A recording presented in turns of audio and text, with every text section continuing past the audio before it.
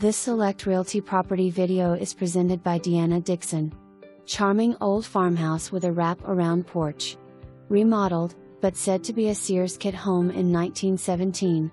New metal roof, windows and doors. Set up for pellet stove. Clawfoot tub and farmhouse sink. Large attic space. Established garden. 2 building spots. Huge trees scattered throughout property. Pasture land. Duck pond and creek. Less than a mile from the Cherry Hill turnoff, Polk 67, to the Ouachita River access. Utilities have been disabled. New air conditioner, breakers and water pump will convey with property. Sold as is. For more information, review the details below.